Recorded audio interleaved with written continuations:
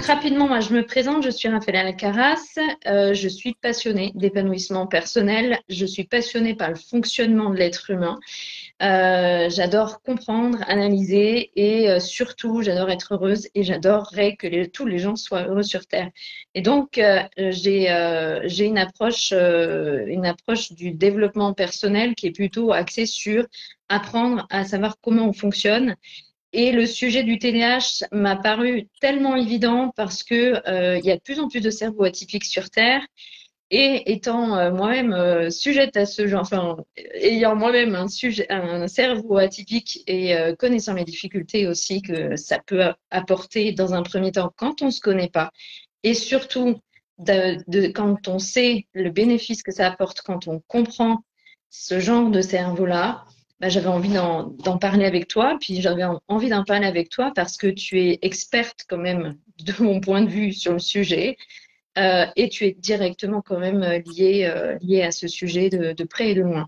Donc, je te laisse te présenter rapidement et puis Oui, après, on rentrera dans le vif du sujet. ça marche. Bah, moi, je te remercie de m'avoir lancé la perche sur ce thème-là en me disant Virginie, il faut qu'on en parle, il faut que les gens soient au courant. Je trouve ça génial parce que effectivement, en plus en ce moment, c'est très entre guillemets à la mode. Donc, je pense que c'est important de déconstruire des idées reçues. De plutôt proposer des choses qui sont validées scientifiquement. Alors moi, voilà, j'ai mis de côté beaucoup de recherches, beaucoup d'études qu'on pourra mettre en copier-coller dans le fil de discussion pour que ceux qui nous écoutent puissent s'y référer à nouveau. Et Ouais.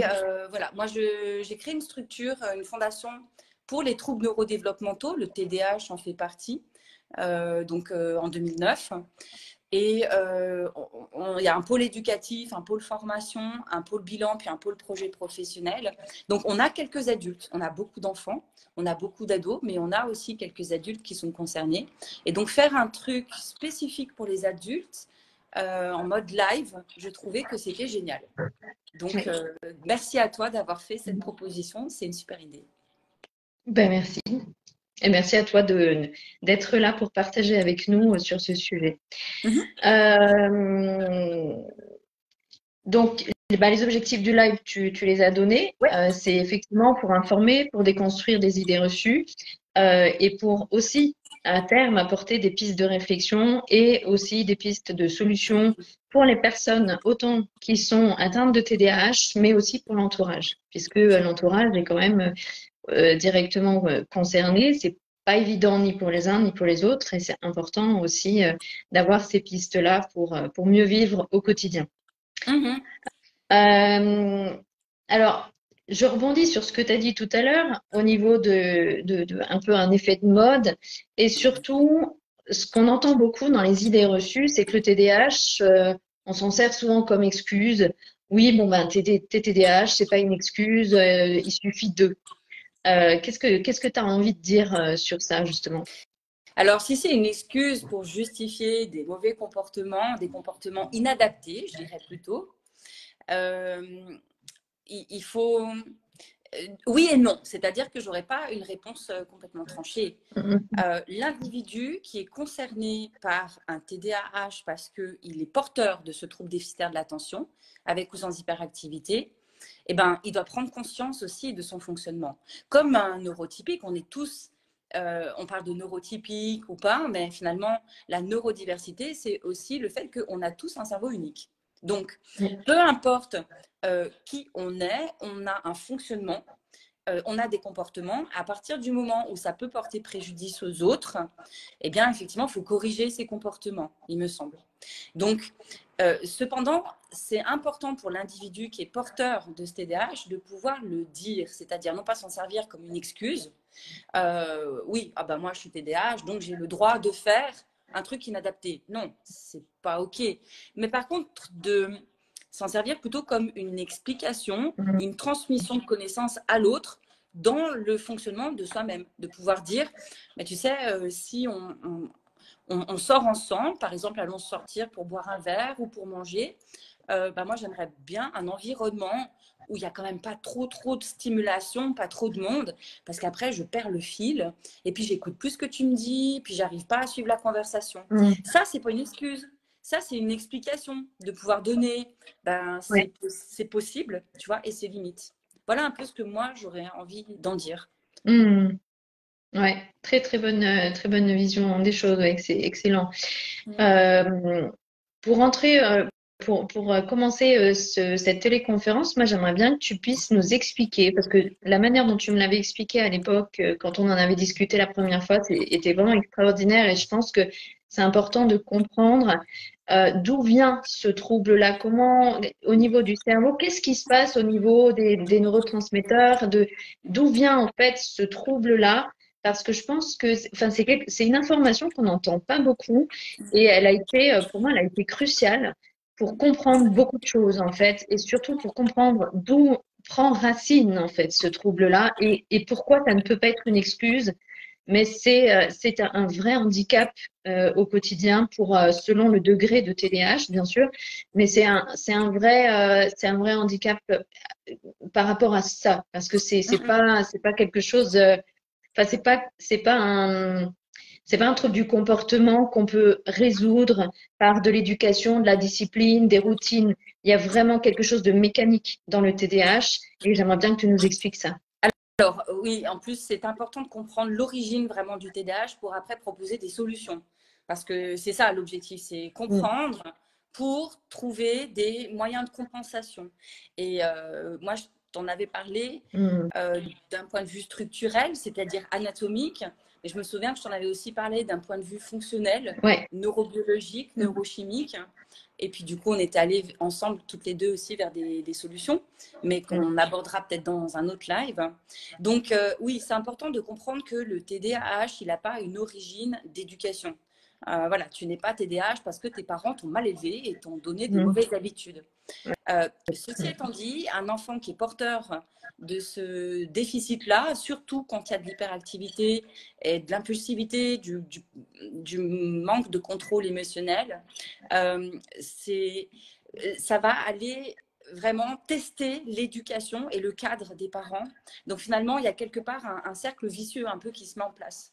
D'accord? Mais pour les individus de ton âge ou de mon âge, on n'était pas dans une génération où, en général, mm, l'éducation était positive, etc. Donc le cadre éducationnel, il n'a pas trop bougé pour nous. Donc finalement, il n'y a pas eu d'impact qui aurait pu majorer ou péjorer le trouble déficitaire de l'attention avec hyperactivité que portent les individus.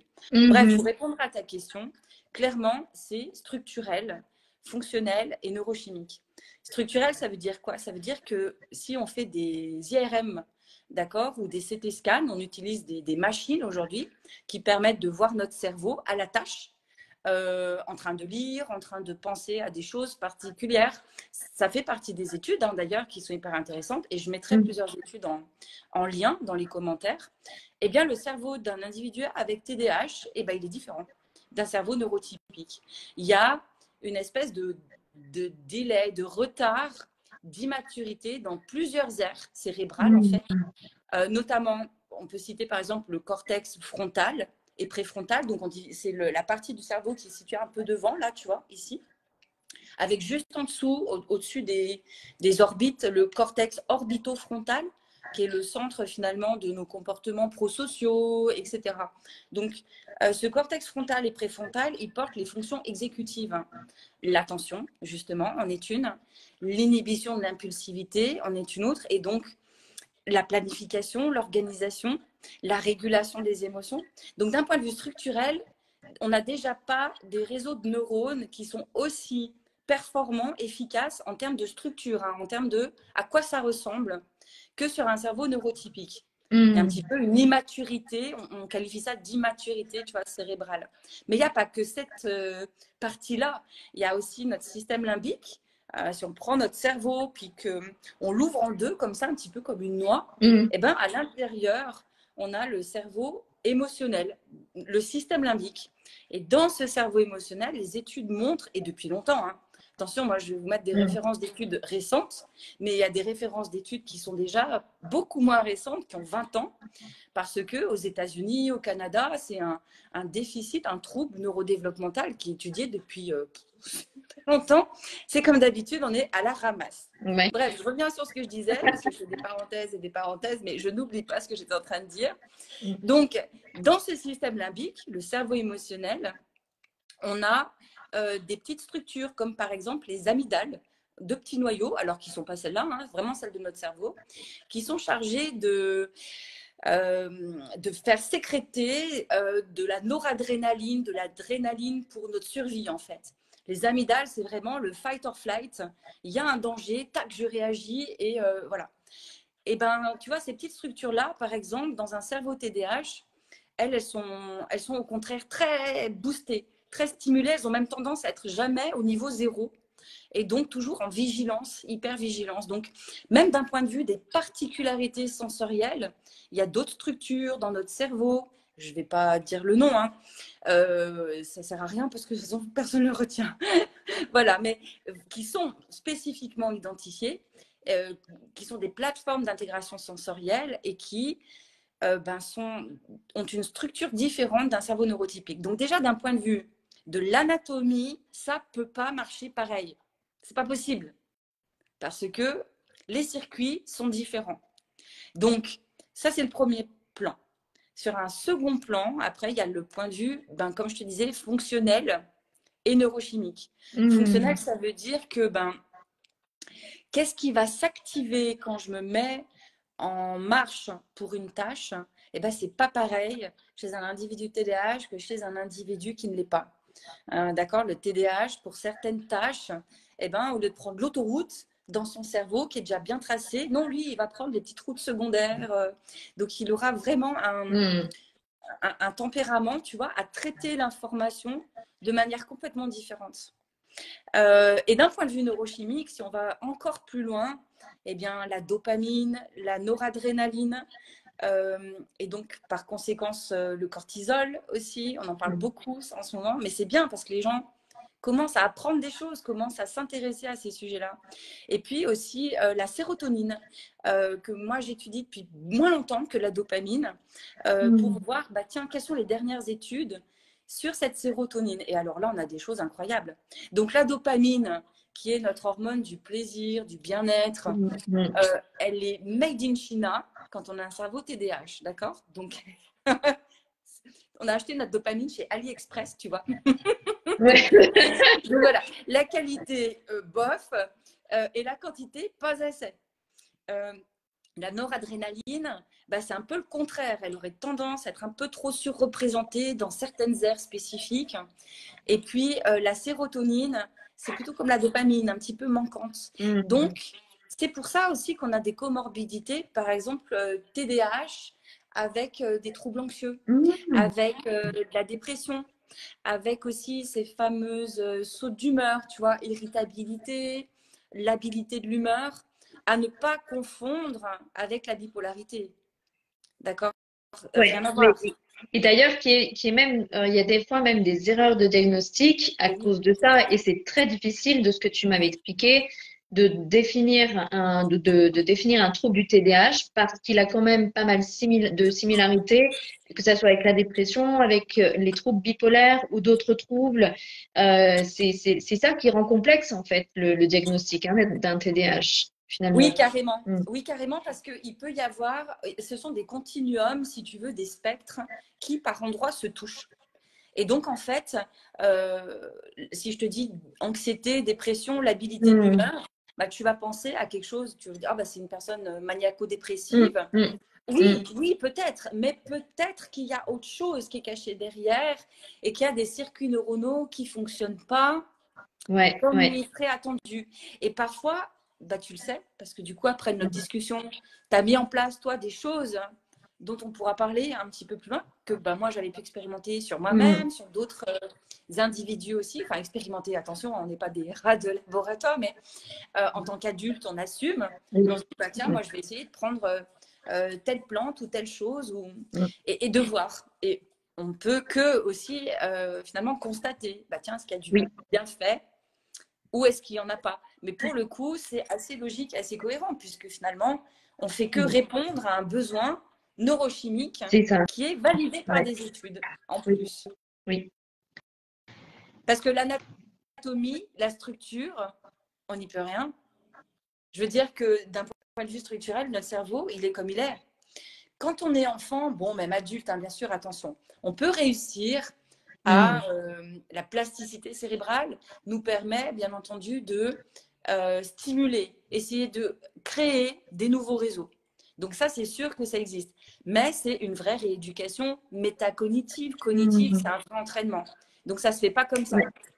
Ben, justement, il y avait une question dans le chat qui demandait si avec le temps, on pouvait faire mûrir ce cerveau TDAH et améliorer sa plasticité cérébrale, justement. Est-ce que ça, avec le temps, mis à part par la prise de médicaments spécifiques du TDAH, est-ce qu'on peut arriver à faire mûrir ce cerveau ou alors c'est un état de fait et ça changera jamais? Non, il ne faut jamais dire que ça ne changera jamais. Donc voilà, d'un point de vue structurel, on peut modifier et créer certains réseaux par la rééducation cognitive et métacognitive. Il y a d'ailleurs des super plateformes de rééducation qui existent et qui sont utilisées pour les cérébraux lésés. Hein. D'accord. Il y a des gens tous les jours qui ont des accidents et qui sont impactés fortement sur la structure de leur cerveau. Ben, on peut refaire venir le cerveau est plastique. Il peut recréer, hein, bien sûr, des réseaux. D'accord. Mais c'est long, c'est une vraie rééducation. Si tu veux, c'est comme quand tu te casses une jambe où vraiment elle est cassée, bah, tu vas mettre des mois et des mois pour te rééduquer. Donc, c'est vraiment très long. Okay. Sur l'aspect neurochimique, tu évoquais les médicaments pour le TDAH. Donc, oui, alors on a le médicament, entre guillemets, chimique de base qui est bien connu. La molécule, c'est la méthylphénidate, d'accord? Puis on retrouve cette molécule dans la ritaline, le plus connu, mais pas forcément le mieux toléré, hein, d'accord? L'Elvance, le Quasime, le Medikinet. L'Elvance seulement en Suisse, on ne le trouve pas en France. Donc, cette molécule, la méthylphénidate, c'est un psychostimulant, d'accord? C'est dérivé de l'amphétamine. Psychostimulant, c'est le contraire de psychotrope. Psychotrope qui va couper et arrêter. Par exemple, quand on est dépressif, on prend des psychotropes. Quand on est anxieux, on prend des psychotropes pour inhiber la recapture des neurohormones, justement, qui sont chargées de tout ça. Les amphétamines, c'est le contraire. Ça va booster la dopamine. D'accord? Mais on ne répond pas plus que ça au côté sérotoninergique qui est hyper important quand même. Donc ça, on en parlera dans un autre cas. Sinon, au dehors des médicaments, entre guillemets, chimiques, eh ben, il y a toute l'alimentation, les plantes. Et attention, je suis pas. Il y a de plus en plus de médecins qui s'intéressent de très près à la phytothérapie, à l'alimentation, parce qu'on se rend compte, par exemple, que le sucre industriel raffiné, c'est une horreur pour un TDAH.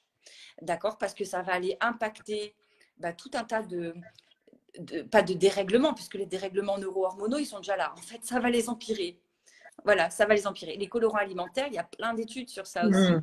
Donc, et puis, tu as des plantes qui sont aussi vraiment aidantes pour inhiber la recapture de certaines neurohormones. Alors, on pourra en parler dans un autre live, ça mériterait un volet entier.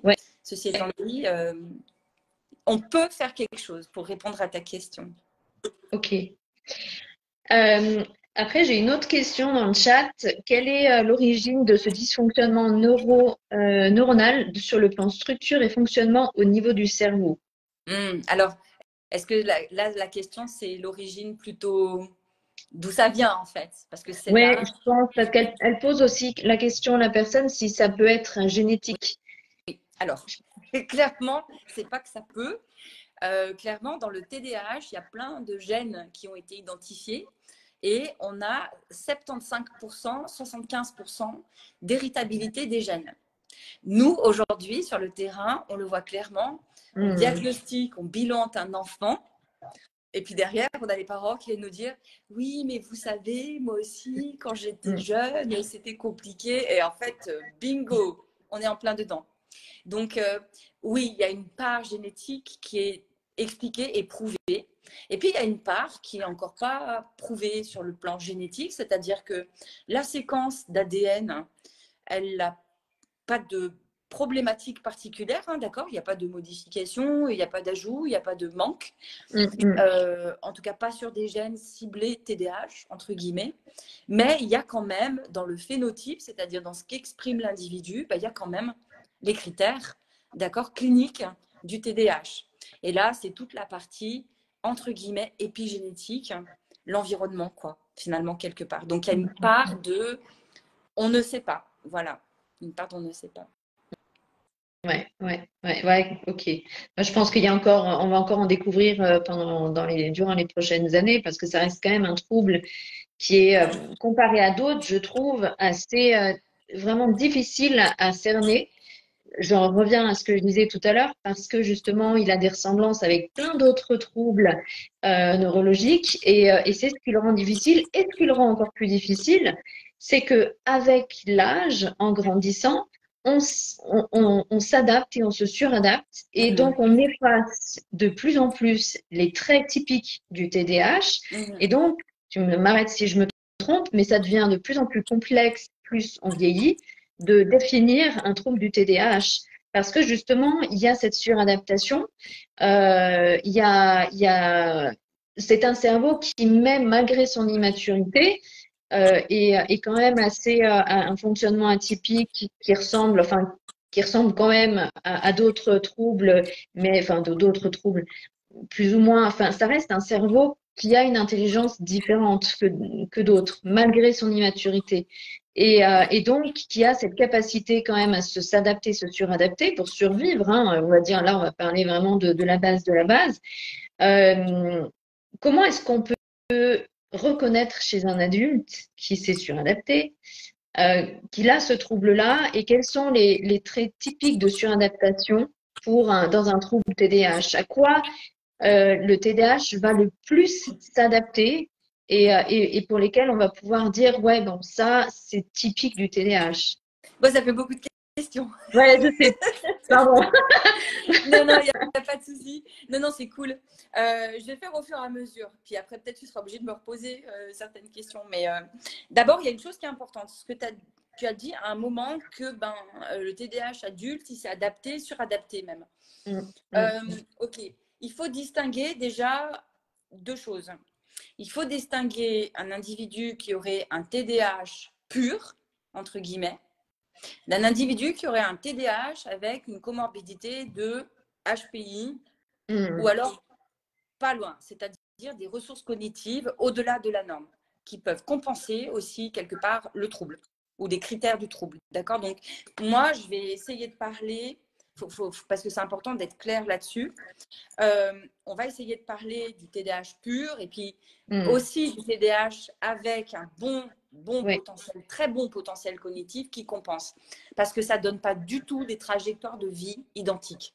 Rien à voir. D'accord? Soyons clairs. Un individu qui a un TDAH pur, il est clairement en difficulté toute sa vie. Petit à l'école, ado au collège, lycée, secondaire, d'accord? Adulte. C'est un adulte qui a du mal à maintenir un emploi. C'est un adulte qui a un fonctionnement vraiment, vraiment compliqué, d'accord, dans sa vie quotidienne et professionnelle, et qui aura eu un parcours scolaire chaotique. D'accord? Parce qu'un TDAH, en général, il est comorbide à d'autres troubles, des troubles 10, d'accord? Et donc, beaucoup d'instabilité aussi. Ok? Donc ça, c'est vraiment important de le distinguer. Ensuite, l'évolution des critères cliniques, elle est réelle. C'est-à-dire qu'on a des études aujourd'hui où avec des cohortes qui ont été suivies, c'est-à-dire des individus qui étaient diagnostiqués enfants, ados, qui ont été suivis adultes, il y a une amélioration quand même de 20% à peu près de l'inattention. Ça veut dire qu'on a moins de difficultés d'inattention en devenant adulte. Et on a une amélioration de 50% des critères d'hyperactivité, impulsivité et des impacts. D'accord? Donc, l'enfant hyperactif qui saute sur le canapé, qui saute sur la table, qui bouge de partout, un adulte, il a vite compris, il ne peut pas, enfin voilà. Ouais. J'imagine, Raph, que tu ne sautes pas sur le canapé chez tout le monde, moi non plus. Donc, on fait d'autres choses, mais c'est plus internalisé et du coup, ça peut même être un peu plus dangereux parfois.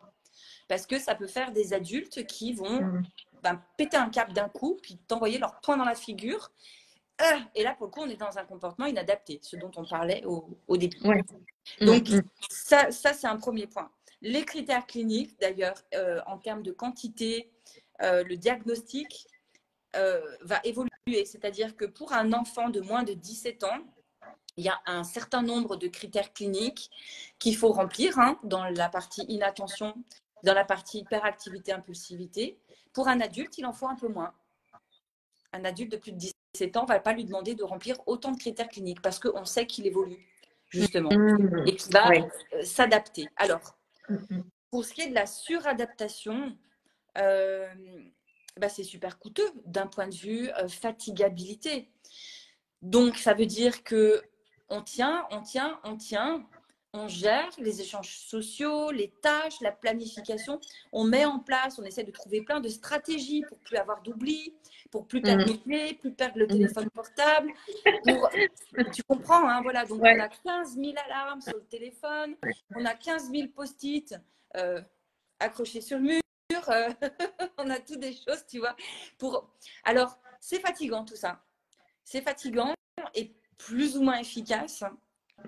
Après, comme tu disais tout à l'heure, on n'est pas tous touchés de la même manière.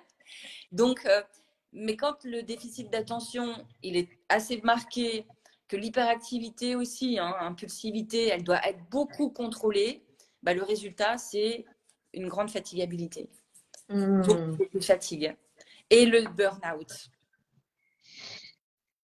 Ok. Oui, parce qu'en plus, ce sont des cerveaux qui sont comment dirais-je, pas calibrés pour le burn-out, mais presque. Du point de vue de tout ce qui est justement fatigabilité par rapport aux stratégies à mettre en place, oui, je peux comprendre que ça puisse mener au burn-out. Moi, j'en avais fait un en 2011. Depuis, effectivement, j'ai mis en place quand même énormément de choses. Et d'ailleurs, j'en reviens à cette fameuse maturité cérébrale où moi, en 15 ans de travail personnel sur la gestion des émotions, les choses comme ça on en parlera aussi, j'ai vu quand même une évolution avec une meilleure, on va dire, un meilleur pilotage en fait de ce trouble-là. Et voilà, c'est typique. Je viens de perdre le fil. Parce que tu savais, je vais t'aider à raccrocher, tu parlais du décalage, de l'immaturité. Moi, j'ai la fatigue aussi et du burn-out. Voilà pourquoi on fait un burn-out. Parce que justement, on est tellement en suradaptabilité, en fait, on a des warnings partout en permanence.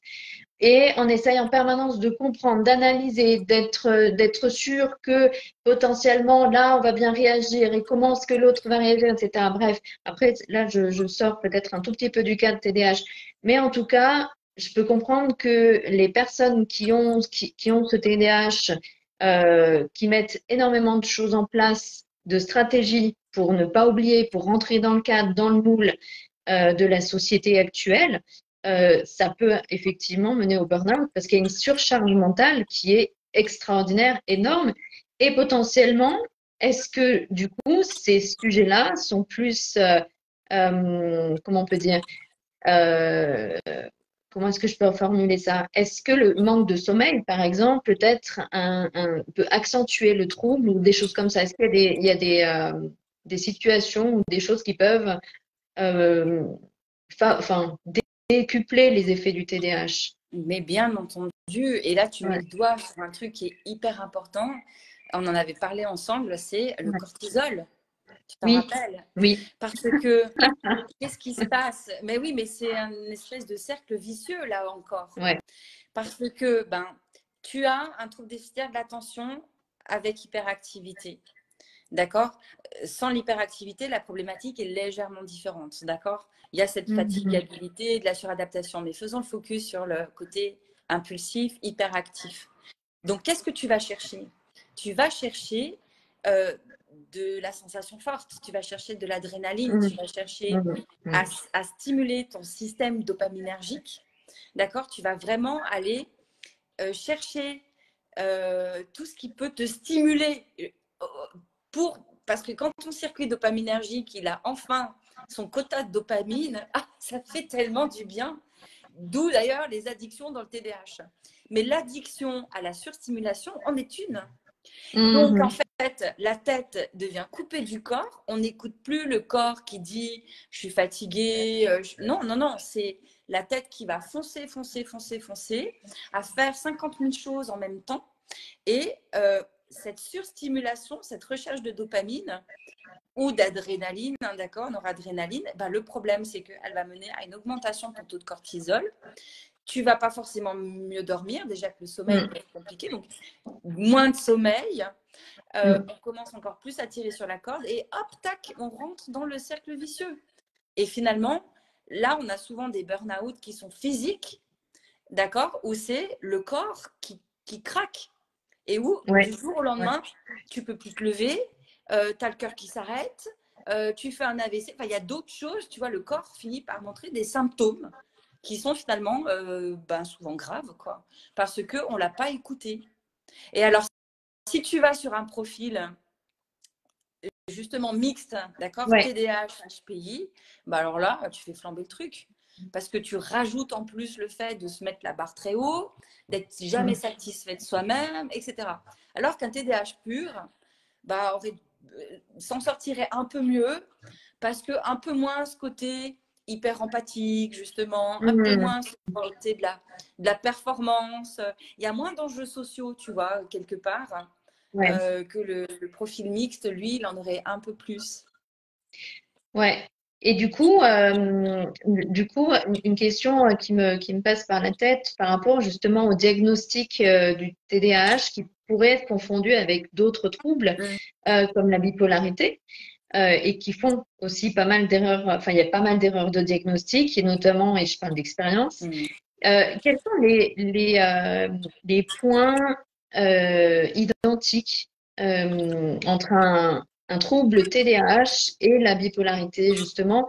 Notamment, je pense par exemple à ces troubles de l'humeur qui sont et cette difficulté à gérer les émotions qui sont vachement proches en fait entre un trouble bipolaire et un TDAH.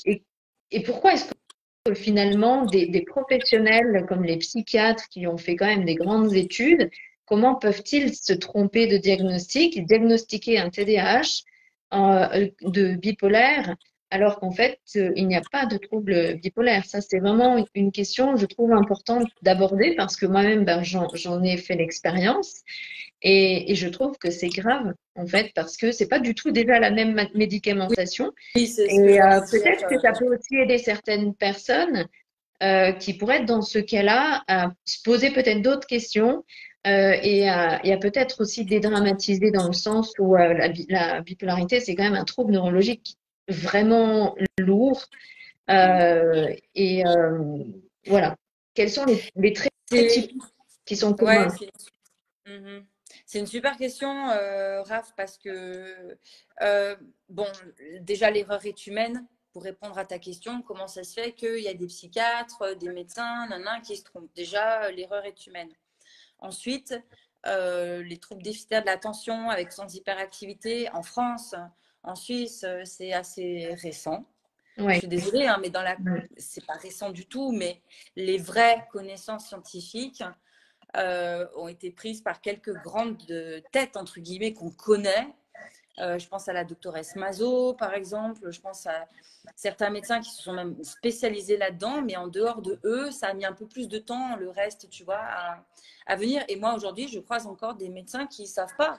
Ils n'ont pas cette connaissance-là, ou plus ou moins, bon. Donc, l'erreur est humaine, déjà. C'est sûr qu'il faudrait l'éviter parce que, comme tu le dis très clairement, très justement, la médication, c'est pas la même. Et donc là, c'est un souci, sur le fil du lithium, alors que tu n'es pas bipolaire. Bon, moyen, l'idée. De la même manière, si je te donne de la méthylphénidate alors que tu n'as pas un TDAH, ça va pas être bon pour toi. Voilà. Donc, il y a des connaissances qui doivent encore se diffuser et de la pratique. Je ne parle pas que de connaissances théoriques, je parle de connaissances pratiques terrain. Mais non, la labilité de l'humeur dans le TDAH et dans le trouble bipolaire n'est pas la même. Un trouble bipolaire, c'est cyclique sur quelques semaines, hein, d'accord? Ouais, Ça va être 3 semaines, ouais. un boom extraordinaire, puis 3 semaines avec de la dépression, nanana.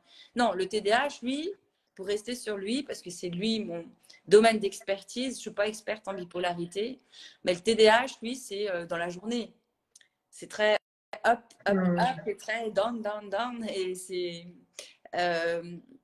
cet impact fort, hein, des émotions Oui. qui est là. Parce que du coup, on revient à ce que je disais au départ, on est sur une structure, donc cortex préfrontal, régulation émotionnelle, système limbique avec l'amygdale par exemple, les petits noyaux, là les deux, on est sur des structures qui sont différentes. Donc voilà pourquoi on régule moins nos émotions. Mais je suis persuadée qu'on trouvera, ou peut-être que c'est déjà le cas, des choses spécifiques chez l'individu qui est bipolaire. Par exemple, chez les individus dépressifs, eh ben, on sait que ces petites amygdales, hein, dont je parlais dans le système limbique, elles sont toujours en fonction continue. Et donc, tu vois, là, ça se rejoint parce que un Hmm. individu neurotypique qui deviendrait trop anxieux, il garde l'anxiété, bam, il bascule dans la dépression, eh ben, il aura des amygdales dans le même type de fonctionnement qu'un individu TDAH. Sauf que l'individu TDAH, bah, lui, c'est peut-être d'origine qu'il est comme ça. Mhm. Tu vois Ouais, la différence, en fait. ouais, Voilà. ouais.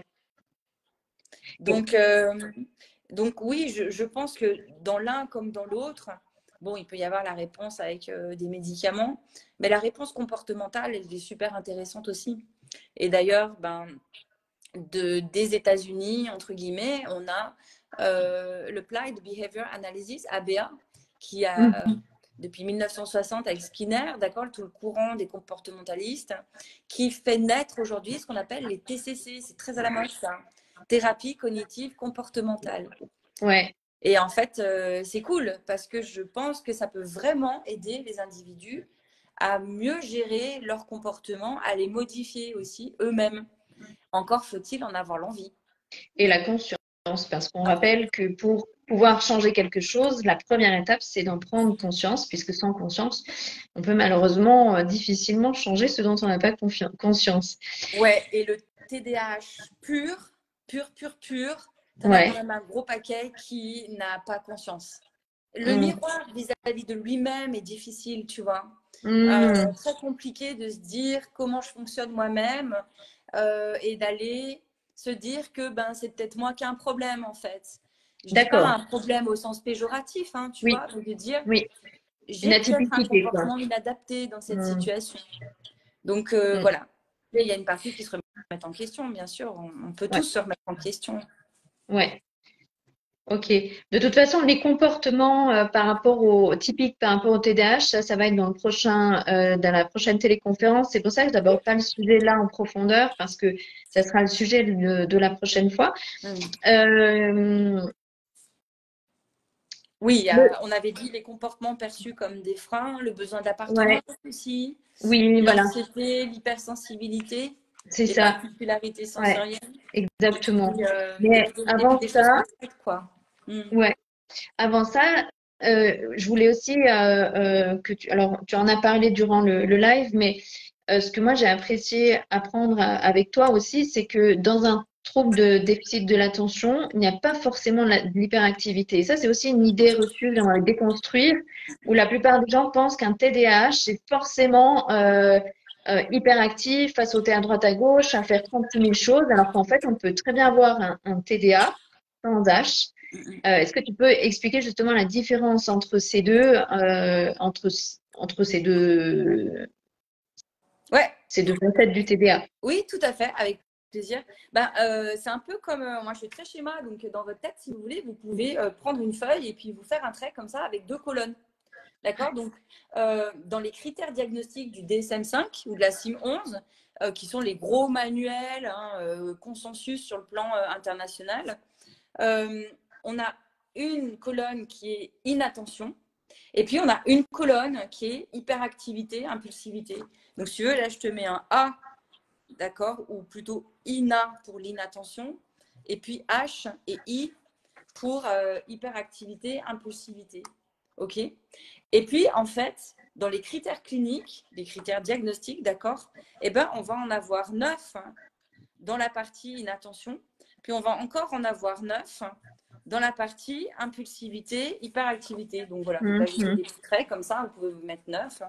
Alors après, on trouve en free, enfin je veux dire, c'est open, on sait quels sont ces critères cliniques. Ouais. D'ailleurs, vous pouvez en retrouver sur le site Hyper Super TDAH France, d'accord, assez facilement, mais sinon vous le tapez dans Google, puis vous trouverez. Et donc, eh ben, on a des individus qui ont que des critères cliniques dans la colonne inattention. C'est nos TDA sans H, d'accord? Ils ont que la partie inattention. En classe, alors chez les jeunes et les ados même, hein, donc les plus petits, les ados, le TDA sans H, c'est lui qui passe ou c'est elle qui passe à travers les âges, entre guillemets, les niveaux, sans qu'on se rende trop compte. On va dire, ouais, il est dans la lune, elle est dans la lune, voilà. Pourquoi? Parce que cet élève-là, fille ou garçon, jeune homme ou jeune fille, ne te pourrit pas ta gestion de classe en tant qu'enseignant. Alors que l'autre, oui, l'autre, en fait, il y a parfois des critères là, puis il y en a parfois quelques-uns ici, parfois il y a même des purs H, avec peu de A qu'on reconnaît, d'accord? Mais ils sont très rares, là c'est du, je sais pas, mais je te dis 1%, 2% pour qu'on comprenne à quel point c'est rare. Bah, eux, par contre, oui, ils ne passent pas inaperçus. C'est l'élève qui a tellement d'heures de colle, pour certains, parce qu'il y a tous les troubles oppositionnels, les comportements défiant l'autorité, etc., qui viennent se rajouter sur ça, que il doit racheter un carnet de liaison au milieu de l'année scolaire. Voilà, il va faire le mur, il va mentir, il va mettre le feu à la haie. C'est Denis la malice, quoi. D'accord. Mais tu as raison, un TDA sans H, et ça existe. Tout à fait. Alors, j'ai une question intéressante dans le chat. Peut-on avoir un trouble d'hyperactivité sans trouble de l'attention? Oui, c'est ce que je viens de dire. C'est très, très rare, mais on peut avoir les critères suffisants dans la partie hyperactivité, impulsivité, et on ne se retrouve pas dans les critères inattention. Mais pourquoi on ne se retrouve pas? Est-ce que c'est parce qu'on a mis en place tout un tas de stratégies, justement, d'accord? Dans les critères d'inattention, tu vois, il y a perd régulièrement ou oublie régulièrement des outils nécessaires pour son quotidien, son travail. Donc, ça peut être la carte bleue, les clés, voilà. Peut-être qu'on a mis en place, l'individu concerné a mis en place plein de stratégies qui fait que, non, il est plus concerné par ça. Mais naturellement, oui, il passera à côté de plein de choses, tu vois. Donc voilà, pour répondre à cette question.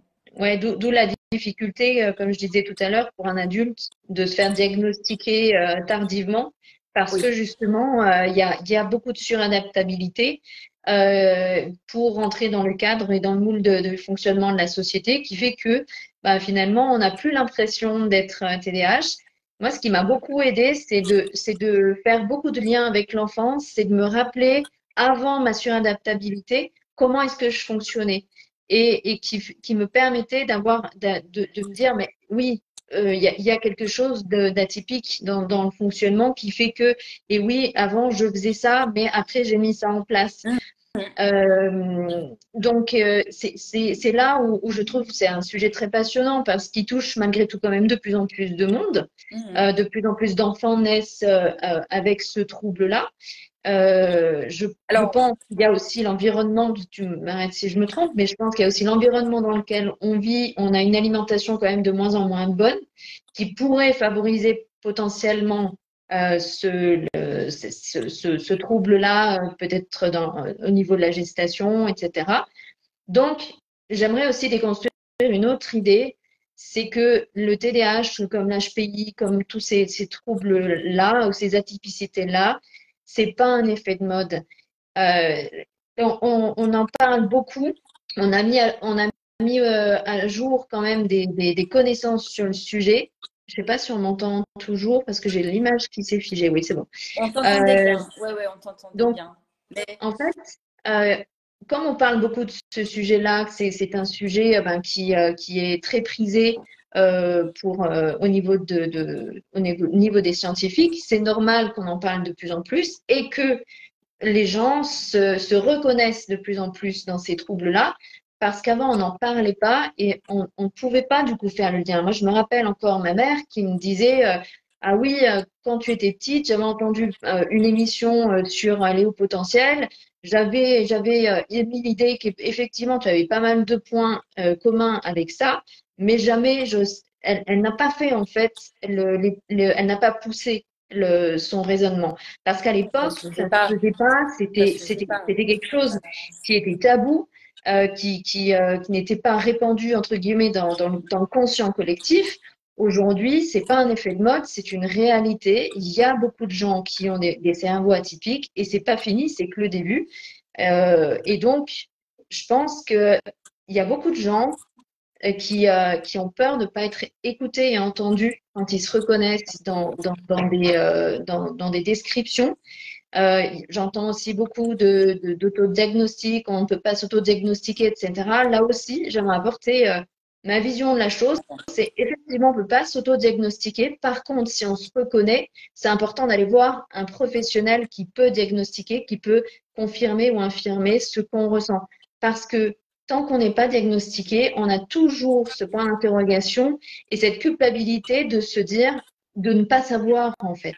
Et Mm. donc, c'est important Alors, quand même oui, d'aller pousser la oui, oui. chose. Alors, je vais reprendre sur des points que tu as dit qui sont importants. D'accord, le HPI n'est pas un trouble, hein. Oui, D'accord. pardon. Oui, Non, mais c'est pas grave. C'est juste c'est surtout pour ceux qui nous écoutent ou ouais, qui nous ouais. regardent. Voilà, le haut potentiel intellectuel n'est absolument pas un trouble et encore moins un trouble neurodéveloppemental. D'accord? Mais non, il peut être associé à un trouble neurodéveloppemental. Donc, on peut être dyslexique, HPI, autiste et avec un très haut potentiel intellectuel, TDA et HPI, etc. Donc, tu as raison, la prévalence, elle augmente. La prévalence, c'est le nombre d'enfants qui naissent avec. Alors, il y a encore un gros point d'interrogation et c'est un super sujet à débat qu'est-ce qui se passe. On en a de plus en plus, tu as dit, voilà, c'est pas un effet de mode. Déjà, tu as raison, oui. Et moi, je dirais oui et, ou plutôt Mm, oui mais, c'est peu importe. mm, C'est-à-dire que on bilantait pas autant que ce qu'on bilante maintenant. On a atteint, maintenant tous les enfants quasiment sont bilantés, quoi. Il faut bilanter. ouais, Donc il y a cette mode-là du bilan pour laquelle je ne suis pas contre, hein. Attention, je ne suis pas en train de dire ouais. c'est pas bien, c'est un fait et il faut prendre les faits pour comprendre pourquoi on a une variable qui change en fait.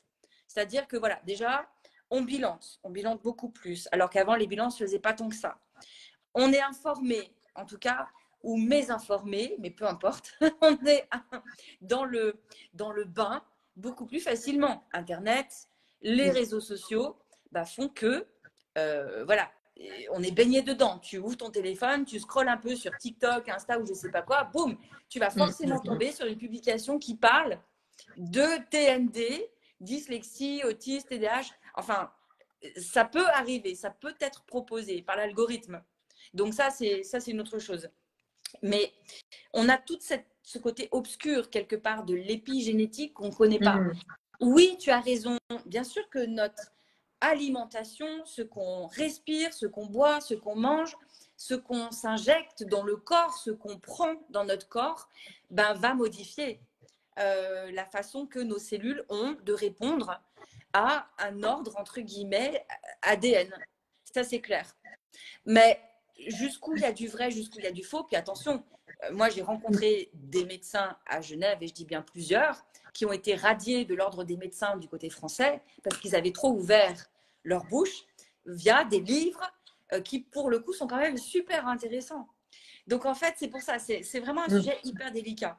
Mais je pense que ce qui est important, c'est de se dire aujourd'hui, comme tu l'as dit, ça n'est pas que un effet de mode. Mm, C'est un effet de mode, mais pas que.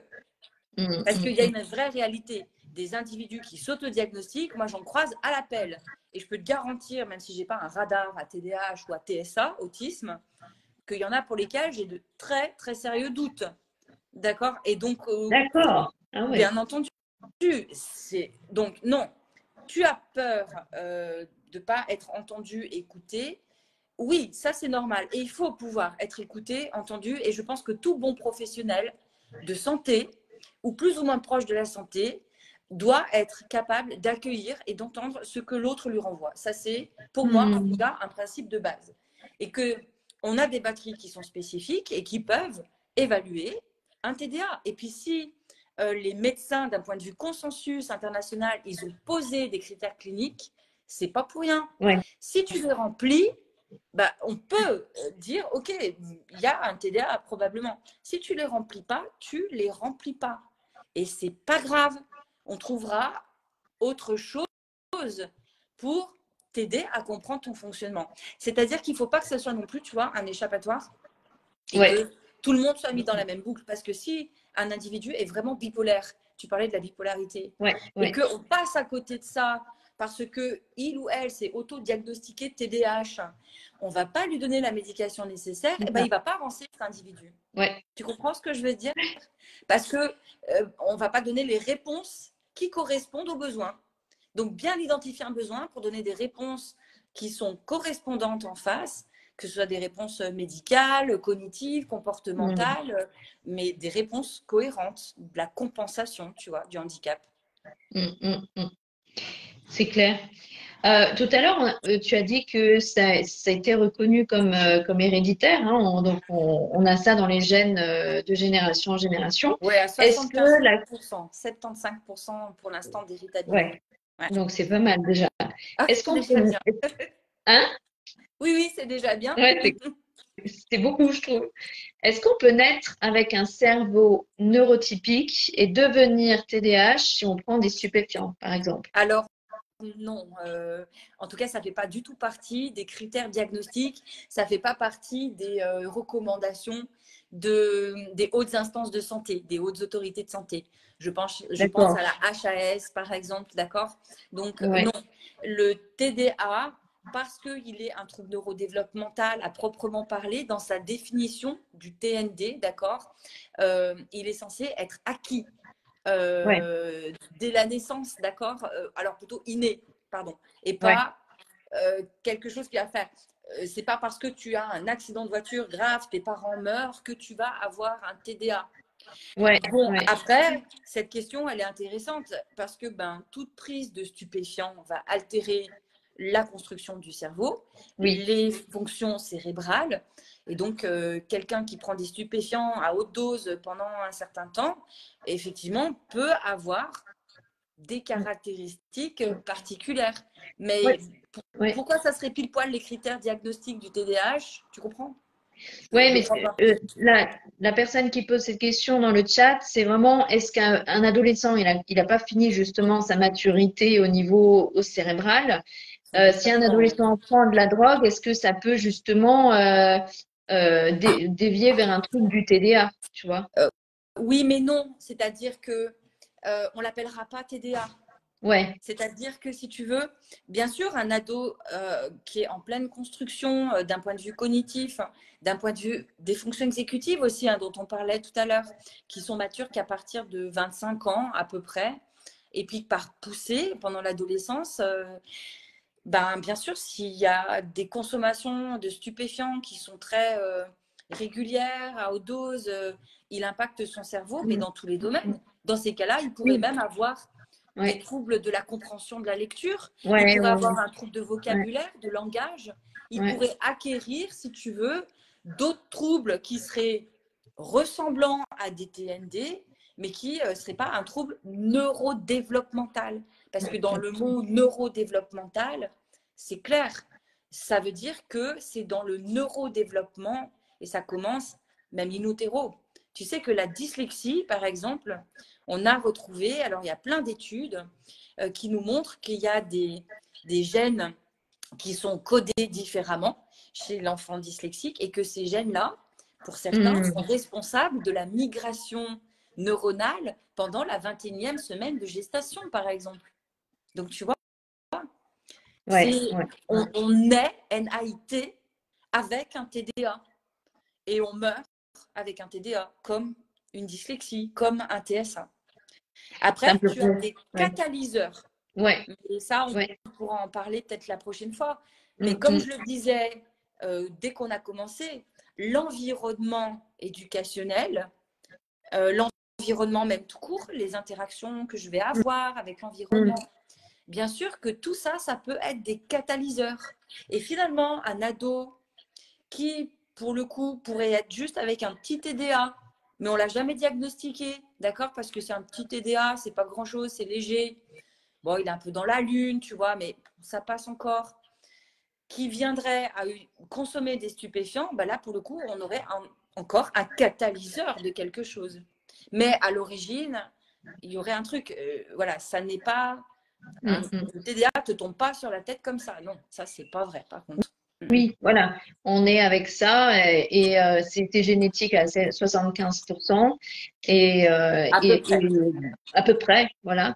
Et donc, c'est un vrai trouble, c'est pas une, voilà, c'est pas une excuse, c'est pas un effet de mode. On ne devient pas du jour au lendemain TDA comme on pourrait devenir alcoolique, par exemple.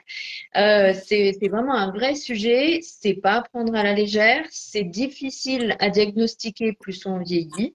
Ouais. Et donc, c'est important de bien, comment on peut dire, de faire le parcours nécessaire pour arriver à diagnostiquer, pour surtout éviter d'être mal médicamenté. Et surtout, si on a un doute, de pouvoir aussi librement parler à son thérapeute, parce que les thérapeutes ne sont pas à l'abri des erreurs. Et encore une fois, je parle d'expérience. Et donc, c'est important d'avoir des thérapeutes, de prendre, de voir un thérapeute qui est ouvert sur le sujet, Oui, oui, qui est surtout. compréhensif, Ouais. qui est Et quand et tu qui dis s'y connaît. thérapeute, c'est important peut-être de préciser quand même le corps médical, Oui, d'accord?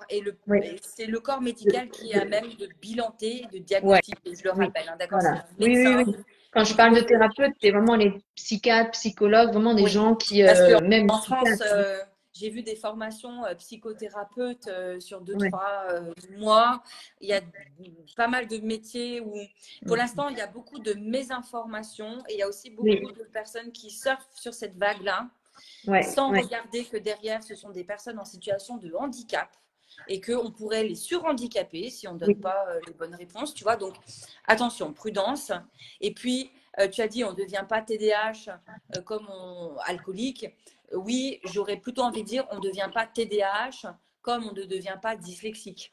On l'est. oui, oui. Oui. Ça Non, change. mais ce que je veux dire, c'est que c'est pas par des comportements, l'alcoolisme, c'est par des comportements, on boit de plus en plus d'alcool, etc. Voilà, on ne devient pas TDAH parce qu'on décide, ah ben, c'est un effet de mode, je vais devenir TDAH. On ne devient pas TDAH, Non, on l'est. Et après, on développe effectivement comment on peut dire, il y a des, on met à on jour l'est ou on ne l'est pas. où on l'est ou on l'est pas. Voilà, on ne devient pas. C'est comme c'est comme enfin je sais pas, on est un garçon ou une fille. Bon, même si maintenant on peut se faire opérer, mais enfin vous comprenez le concept. Voilà, c'est pas c'est un vrai trouble, c'est sérieux et c'est pas un effet de mode, c'est une réalité.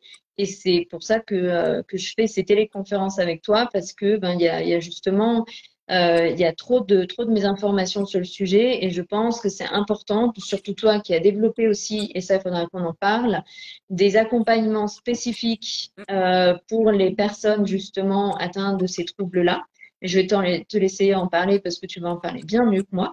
Si tu peux finir sur ça pour expliquer justement quel est cet accompagnement que tu as développé, comment est-ce qu'on peut prendre contact avec toi si on est intéressé par, pour se former sur le sujet vraiment de manière experte? Et puis, comment on peut se mettre en contact avec toi suite à ce live, suite à ces lives. Et puis après, je vous donnerai la prochaine date de la prochaine téléconférence. Ouais, génial. Alors, écoute, moi, j'ai rien inventé. Je suis allée chercher des pistes qui étaient validées scientifiquement, qui étaient reconnues par les hautes instances de santé. Et notamment, j'en parlais tout à l'heure, l'ABA, Applied Behavior Analysis. Donc, ça, c'est tout des choses qui permettent de travailler sur le comportemental. Ensuite, des choses qui étaient aussi prouvées, validées scientifiquement sur la métacognition. Donc j'ai creusé tout ça pour essayer d'explorer le maximum de qu'est-ce qui était possible à faire pour rééduquer, entre guillemets, créer des réseaux de neurones qui sont pas là ou qui sont pas trop utilisés. Et c'est en toute humilité, hein, voilà, on essaye de faire. On ne sait jamais, c'est pas une loi stricte avec ça plus ça égale ça. L'être humain est bien plus compliqué.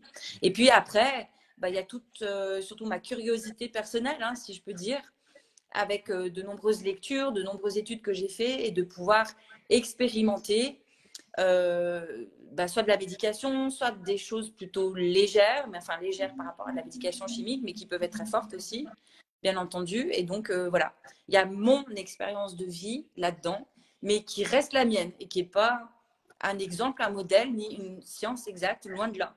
Mais du coup, voilà, ça me donne peut-être une petite sensibilité à ce sujet-là, qui peut m'aider aussi parfois sur les accompagnements. Mais moi, je ne travaille jamais toute seule.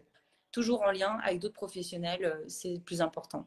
Donc voilà, si tu veux nous donner le petit programme à venir pour les prochains lives.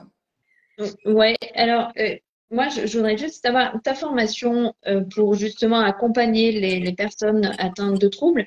Est-ce qu'elle est accessible aussi aux parents? Est-ce qu'un parent qui veut accompagner son enfant ou un compagnon, une compagne qui voudrait accompagner son compagnon ou sa compagne dans ce trouble-là, est-ce qu'elle est adaptée aussi à ces personnes-là? Ça va dépendre lesquels. J'ai des cursus de formation qui ont un niveau et une densité qui sont quand même assez élevés. Ouais. Donc, c'est pas interdit, hein, bien entendu, mais c'est compliqué de prendre des parents qui ont peu de base de connaissances avec des professionnels. Parce que, bah, après, du coup, il y a des… Moi, je vais assez vite, hein, en plus, hein, avec les professionnels sur certains points. Mais il y a des formations, il y a certains modules qui sont tout à fait accessibles aux parents. Et d'ailleurs, je pense que tu touches un point hyper important. Il faut que les parents soient formés parce que ce sont les premiers experts de leur enfant. Et puis moi, de toute manière, en tout cas personnellement, mais c'est ma décision, je ne travaille pas avec des parents qui, au final, in fine, ne se forment pas. Parce qu'on fait de la guidance parentale. Mon but, c'est pas d'être là à vie. Quand je dis moi, ça peut être quelqu'un de mon équipe, hein, d'accord. Il y a beaucoup trop à faire. On a une liste d'attente longue comme le bras. Des besoins, il y en a à l'appel, bah, comme tu l'as dit, hein, il y en a de plus en plus. Donc, il faut que… Moi, mon rôle, c'est d'équiper les parents pour qu'ils deviennent de plus en plus autonomes. Et puis, parfois, ben, pour eux aussi. Parce que, comme tu as dit, comme on l'a vu, hérédité. Donc, on bilante les enfants, puis on se rend compte qu'il y a aussi quelque chose chez les parents. Donc, il y a besoin d'encore plus d'aide pour ça. Voilà. Bon, bah top. J'ai des personnes qui sont potentiellement intéressées par ta formation. On mettra sous la publication de la vidéo tes coordonnées, comment est-ce qu'ils peuvent prendre contact avec toi, quelles sont tes offres de formation, tout ça. On mettra les infos sur mon profil. Pas de problème. Je mettrai aussi les liens vers les études dont j'ai parlé parce que du coup, voilà, comme promis au début du live. C'est cool. Ça marche. Prochain live, mercredi 11 juin, 18h30. On parlera des comportements qui sont perçus comme des freins. Impulsivité, procrastination, hyperfocalisation. Ça, c'est vraiment les comportements hyper typiques. On parlera des difficultés relationnelles et interpersonnelles en famille, avec les amis, au travail. Et puis, tu donneras aussi quelques exemples concrets de défis quotidiens du TDAH. Et donc là, on va rentrer vraiment dans le vif du sujet, dans le quotidien des TDAH. Donc, pour ceux qui sont intéressés, rendez-vous mercredi 11 juin à 18h30. Si vous connaissez d'autres personnes, bien sûr, qui sont concernées par le sujet, intéressées, venez. C'est un plaisir de partager toutes ces informations avec vous. Et puis voilà, toi le mot de la fin, ma chère Virginie. Merci à tous. Il y a beaucoup à dire. Moi, j'ai passé un bon moment. Je me suis bien amusée, comme d'habitude. Et donc, au 11 juin, quoi. Retrouvons-nous là. Allez, nickel. Bye bye à tous. Bonne soirée. Ciao, ciao.